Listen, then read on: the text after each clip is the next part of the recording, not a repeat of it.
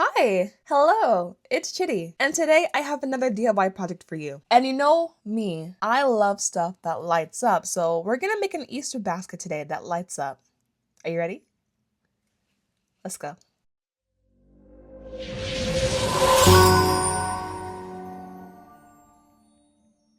Let's start off with supplies. Okay, first you're gonna need some ribbon. Now that is mandatory. Next, I have a case that's shaped like an egg, but honestly, I ended up not using this, so you don't need this. You need microfiber pads, a good amount, and I'll tell you how many you need later on because it kind of depends on what you're aiming for. You need Easter eggs, a variety of sizes. I got some of mine from Dollar Tree, and then the others I got from Walmart. And then you're gonna need a bowl from Dollar Tree and a little tray from Dollar Tree as well. But we're not done yet. You're gonna need some fairy lights. I got mine from Amazon. You're gonna need a hot glue gun, scissors, which I got from Walmart, and a pool noodle, which I got from Dollar Tree. And then, most importantly, you're gonna need a basket, which I also got from Dollar Tree. Now for step one, we're going to weave our ribbon into the basket. The easiest way to describe this is to put the ribbon under one bar and over one bar, and just to keep doing that until you hit your other end. And then once you get that, you're solid. But the best thing to keep in mind is to put some tape onto the end of one piece of ribbon, the piece that you're gonna pull through. That makes grabbing the ribbon easier when you're weaving it through. And then you're gonna do this for each row, and then we're gonna move on. Now, step two involves putting our dowel into our basket. Now, the easiest way to think about this is about putting the dowel on top of a bar in the middle of the handle. I use zip ties, 2 zip ties on each side, one on the top of the dowel and one at the bottom to really secure it in place. And after you put the zip ties on there, you can go ahead and cut off the ends, but I mean, I'm putting something on top of this and no one's gonna see it, so I left it. But on the outside of your basket, try to adjust the ribbon to try to cover the zip ties. Now the zip ties are clear, and they should be, but they can mess with the ribbon a little bit, but just try your best. Step 3, we're working with the tray. Now for the tray, we will be cutting holes or like circles or squares into the area on 2 sides of the tray. And the reason why we're doing that is because we need a place for the dowels to sit so that the tray can sit as evenly as possible on top of the basket. Now another thing that I did here was that I poked holes into the tray because the tray was kind of floppy. And I was like, I know I'm gonna put weight on top of this, so I need the tray to stay in place. So I poked holes into the tray, and then I inserted zip ties into the holes and around the basket to really secure it and make it sturdy.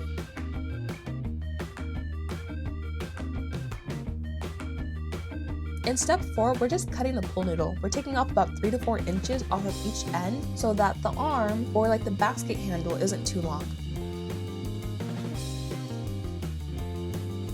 In step 5, we're adding the fuzzies, the microfiber pads. Now, I found that the best thing to do was to take the pad and the soft flat part on the inside. We're gonna make 3 holes on that side, on the top, the middle, and the bottom. And then we're gonna do that to the other side. And we're doing this because we need to add zip ties to secure it to the pool noodle. But the thing is, my zip ties were a little bit short, so I went ahead and add 2 zip ties per section so that it would fully wrap around the pool noodle.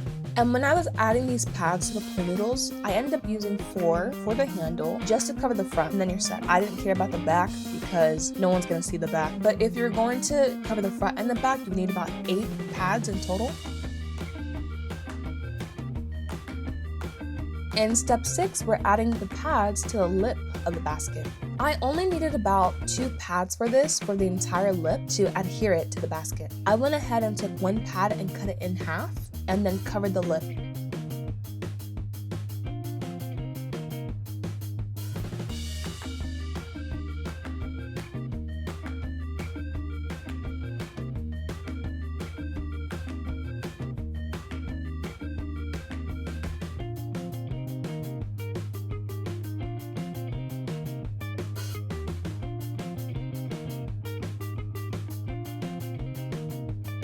Step 7, the eggs. This was the funnest part, to be honest, because you have a variety of eggs and you can do whatever you want, throw stuff on there and just glue it on, and this is where the basket really comes to life. So we have our bowl, we've already placed it down, we're putting our variety of eggs down on there, and the greatest part and the funnest part about this was that even though I had like a layer of eggs, I could still add more eggs on top to make it seem like it's overflowing. And then we have our little friend back there in the back in pink. kind of just standing on top of everything. Step 8.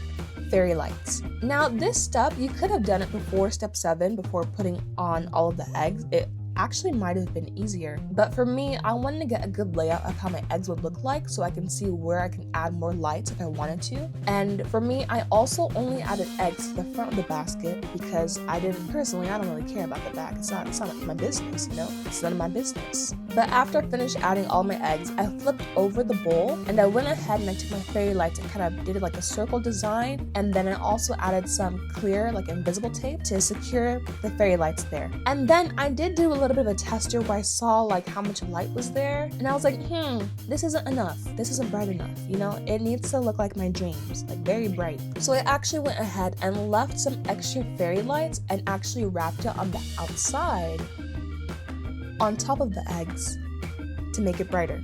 I went ahead and I hid the battery pack inside of the bowl. And that's why I highly suggest not gluing down the bowl so that you can actually hide the battery pack. And if you wanted to, you can even put stuff underneath the bowl as well. You can put it on and you can take it off. It's removable. And you know, I really liked how my basket was coming along, but it felt like it was missing something. So I know I didn't list this in the supplies, but I actually took some Easter basket filling and I put it into the basket.